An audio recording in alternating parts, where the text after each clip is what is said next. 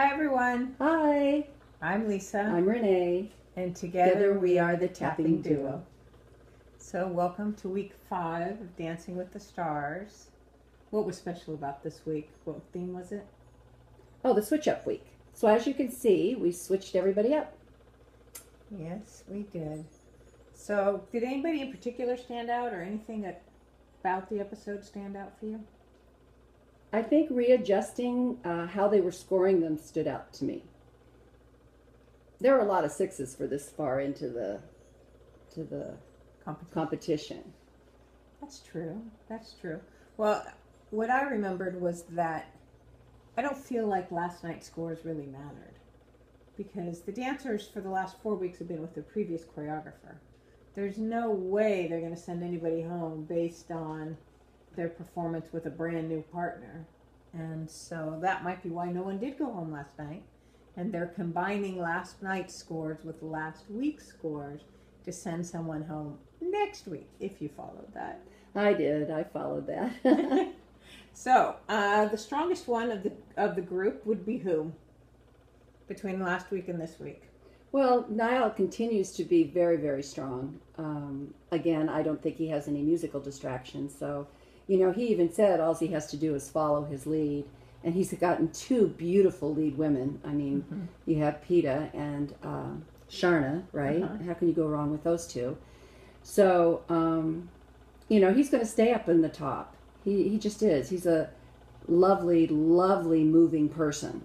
He moves beautifully, just naturally. Yes. I mean, it's not like you took Geraldo, who's deaf. You wouldn't get the same result from Geraldo being deaf, not hearing the music. I mean, obviously, Niall has the ability to move fluid. Yes, he's very natural. He's natural, so he just needs to follow, and he follows well. So he can follow directions and instructions, you know. The one you asked me about a standout, I was just thinking, I know I sound like I'm a Ginger Z fan, but the thing is that she did a salsa last night, and for those of you who know how to do a salsa, if you've ever been in a club and done a salsa, it's fast, and the footwork in a salsa is really fast. And there's no rules in a salsa like the tango or the Viennese waltz. It's freestyle, so Mark could throw everything at her, and darn it, she did a great job. For 4 days, if that's truly all she had, it was spectacular. It really was. If we're talking about dancing, nothing else. Well, for spectacular, though, they didn't score her very high. I mean, she got 32, and Niall and Jody were both higher than that.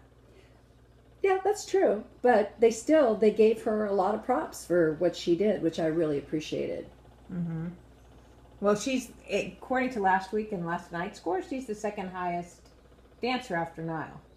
I was really glad that the viewers chose Val to be Jody's partner, because I've been very worried about Jody. You know, Lisa and I have talked privately about Jody, and she hasn't talked privately. She's very out there. Her whole No More Secrets, she's out there, and with her addiction problems and how she fell in a hole after the first Full House. And, you know, I know kid actors have a hard time coming out of that, and not all, but some do, and she happened to get caught up in that. And so I think my worry for her was I saw on her face as she was falling lower and lower, I was worried for her. So I was really glad, emotionally worried for her, that if she got knocked off already in front of Doug Flutie, you know, because seriously, she's a much better dancer than Doug Flutie. And so with Val, she got more structure, more discipline? Well, she got something, and he's a tremendous, strengthful lead. I mean, I watched that routine twice, and he led her through that whole thing with just empowered her. You know, so I really... that was a good match for her. It was a good match. Where are they? Right here.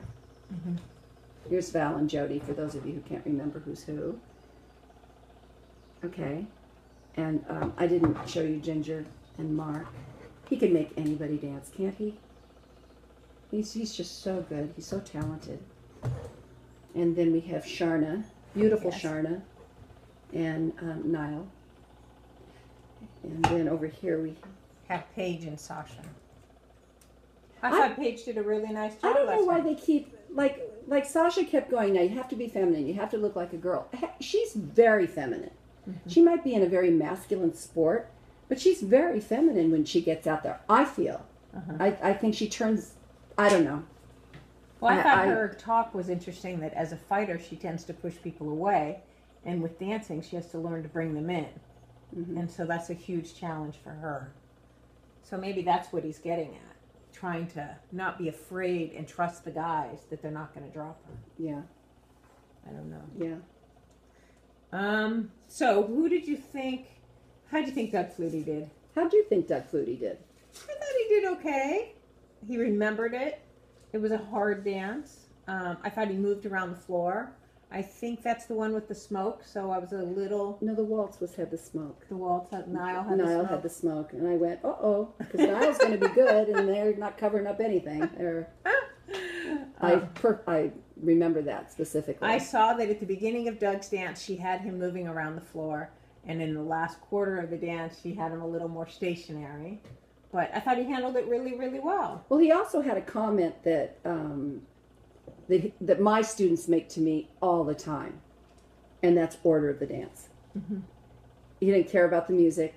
It's not that he didn't care about the music. He loves the music. The trouble is that he needs to know the dance first. He needs to know what it's like first to be able to do that, you know. So he forgets the order. Right. You know, what's next? What's next? What's next? So I thought the other thing that was interesting is that I didn't feel the points were scored based on skill of the star so much as discontentment with the choreographer, not putting in enough technical, and then the star getting dinged for it, instead of just evaluating him for how he did with what he had to work with. I don't know if you agree. They always ding. I was watching Wanya, right? Wanya with, he had Whitney this week, yes. right? Yes. And that's right. He was over the here. opening number with Tango. And you know what? As a dance, he did a great job. But Carrie Ann had made a comment that the music wasn't tango. I'm listening to that music. I forget it was that star that was on last night. I've never heard of him. Yes. And that is not a piece of tango music. And so I thought Whitney did a fabulous piece of choreography. But darn it, to find a tango in that music, and then she gets I could see it all over her face. I could just see her sink and go, oh my God, you gave me this song. I did the best I could. And he's a free spirit, so it's hard to rein him in. Right. But if you had tango music on, he could be reined in. It's hard to rein somebody in when the music isn't correct. Understood, yes. You know what I'm saying? I can see that. Yeah. Now, the weakest performance last night was Antonio with the cha-cha. He was with Karina, the one who has a lot pulling at him while he's doing this show. In front. Yes. And then again, they praised him on his showmanship, but his scores were really low for a cha-cha, and I think that... well, there wasn't a lot of cha-cha in it, and they commented on that too. I'm like, where's the cha-cha? I'm waiting for the cha-cha. And they just, you know, these choreographers have to work with what their strengths are to make them even move around the floor. Right. And then you add in a dance. Yeah. So, who do you think's going to go home? Boy, I don't know. Who's at the bottom right now? I mean, if we combine the scores, let's start at the top. Okay. So, first place is Niall. He's got 71 points between last week and last night. Okay. Next we have Ginger Z with a 36 and a 32. Okay. Paige with a 36 and a 31. She's up here. Wanya with a 35 and a 40. And then we have Jody. Right here. Okay. With a 27 and a 35. And then comes Vaughn Miller with 33 and a 29, followed by Antonio Brown with a 35 and a 26, Kim with a 32 and a 38, and last but not least is Doug with a 24 and a 28. So it's interesting because half of them did better with a different partner, and half of them didn't do better with a different partner. I wonder if the judges kind of made them do that. You know, I was really thrown last night with some of their scoring, you know. Anyway, Lisa had made a comment to me about why they scored not sending anybody home this week. I didn't really even understand that.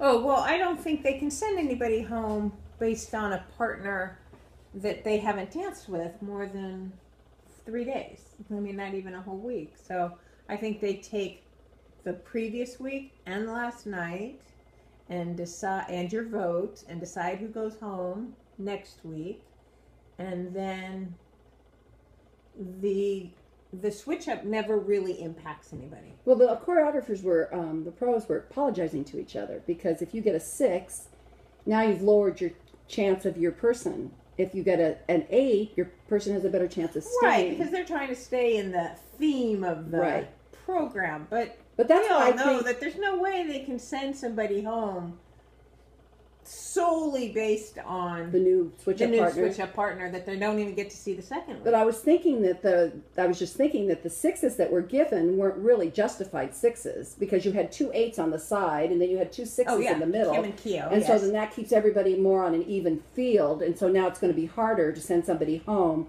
and it made it not so obvious. So you asked me who might go home. I don't want Doug Flutie to go home. If you're talking about a level of dancing, I think Antonio should go home. I think Vaughn should go home. Doug's in that pack. And then they're pretty even, but they're very popular. So who knows if they will. You know, that's an interesting point. My guess is with Antonio and Vaughn, it might be one of those two. It could be Kim Fields. I think Doug is around. I think he has a huge support base. I would like to see Doug get better, because he did improve with PETA. Yes. There's an example of being with a new partner helped him. Yes, I think so. And I think Val was helped by Jody. And Jody helped Val. Niles had that. Val helped Jody. Niles, Doug, and Jody all benefited from switching partners. Yeah. You know, and they all needed that. So that was great. So anyway, there we go. Yeah. So we'll see you next week when somebody actually goes home. But you're predicting either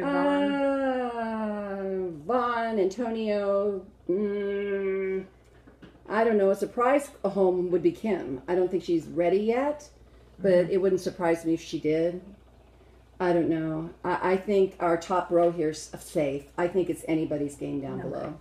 Yeah. And again, people like the pros, and they like to have the pros stay too. So whoever they want. I'm not sure people vote for. I'm sorry, Karina. I'm not sure people vote for you to stay. So whoever your partner is at the time, you know, doesn't have his. I really feel like people like to watch Mark, you know, and they vote for Mark because they don't want him going anywhere. I'm not sure Keo's partners. That's I don't know if he has enough fan base. Yeah, that's who's Keo's partner? Keo normally dances with Jody. That's what I thought, and I think that's why Jody was low. You know, and then she danced with Val, and she got so much better. But Val's a force to be reckoned with. I mean, so they're all beautiful. I don't want to take anything away from any of them, but I think we do as viewers have our favorites we like to watch. I think so too. So. Okay, well, we'll see you next week. Okay. Bye. Bye.